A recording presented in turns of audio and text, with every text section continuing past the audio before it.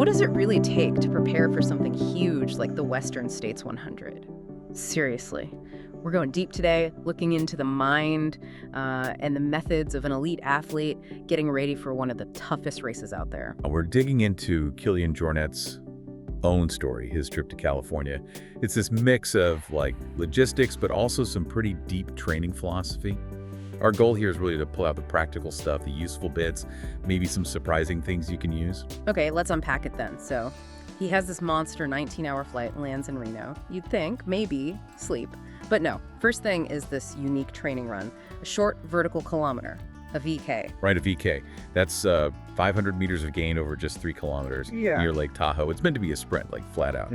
But Kilian said he felt totally off. Off how? Just tired from the flight. Well, partly maybe, but he thought his family being sick and maybe a cold coming on himself. That was the bigger issue. So his focus immediately shifted. It wasn't about the VK performance anymore. It was just get rid of this cold, be clean for Western States. Right, health first. That makes sense at that level. Okay, so he gets past that initial hurdle. Let's talk here, because this is where it gets interesting for folks.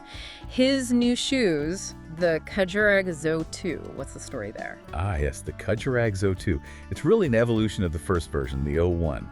The main goal seems to be more comfort, more cushioning, and making them feel more reactive, more springy. And he didn't just, try them on, right? He properly tested them. Oh, yeah, extensively. He put over 2,000 kilometers on them. That's, 1,200 miles on a single pair. And he found they were faster, yes, but also better suited for really long distances, not just those short bursts. So it's proper data driving the design, not just guesswork. Because it shows that iterative process, testing, tweaking, retesting. Okay, shifting gears a bit from, actual gears to philosophy. Kilian talks about something he calls biological inertia. That sounds significant. How does that challenge the usual idea of peaking for a race? It really does challenge it. It's fascinating. He noticed that even though his training focus was on long, slower runs, heat adaptation, stuff like that, and without doing specific threshold workouts, his 20-minute uphill power, his performance actually got better. Better? Without the specific speed work? That's the biological inertia idea. Yeah. He thinks that long-term, consistent training, those stimuli over years, they create deep changes, cellular changes, maybe even epigenetic changes. Epigenetic, so how your genes actually behave. Kind of, yeah, how they express themselves. The point is, this creates this deep underlying fitness, this foundation that builds slowly but lasts. Acute training, the stuff you do right before a race, gets you sharp for that day. Yeah. But this inertia builds your potential over the long haul. Okay, that's a really interesting concept. So how did that translate into his actual runs in the final weeks before Western States? Well, practically, he started with weekly 40K runs, about 3 hours.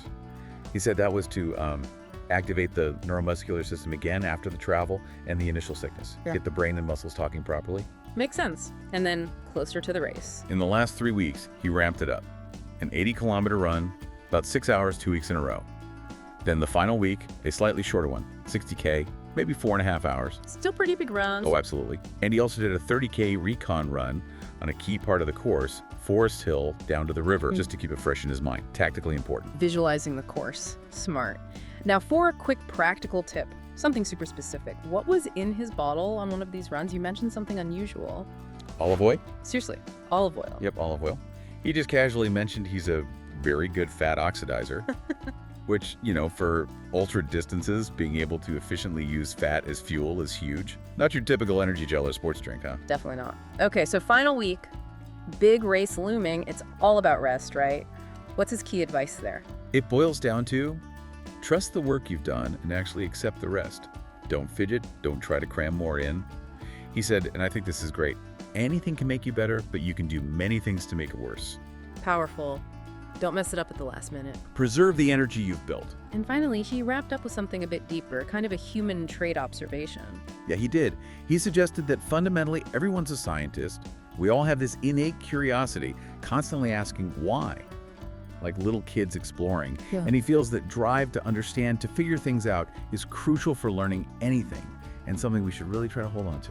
So from the nitty-gritty of travel and high-tech shoes to these really profound ideas about long-term training and even just basic human curiosity, it's quite the masterclass. It really is.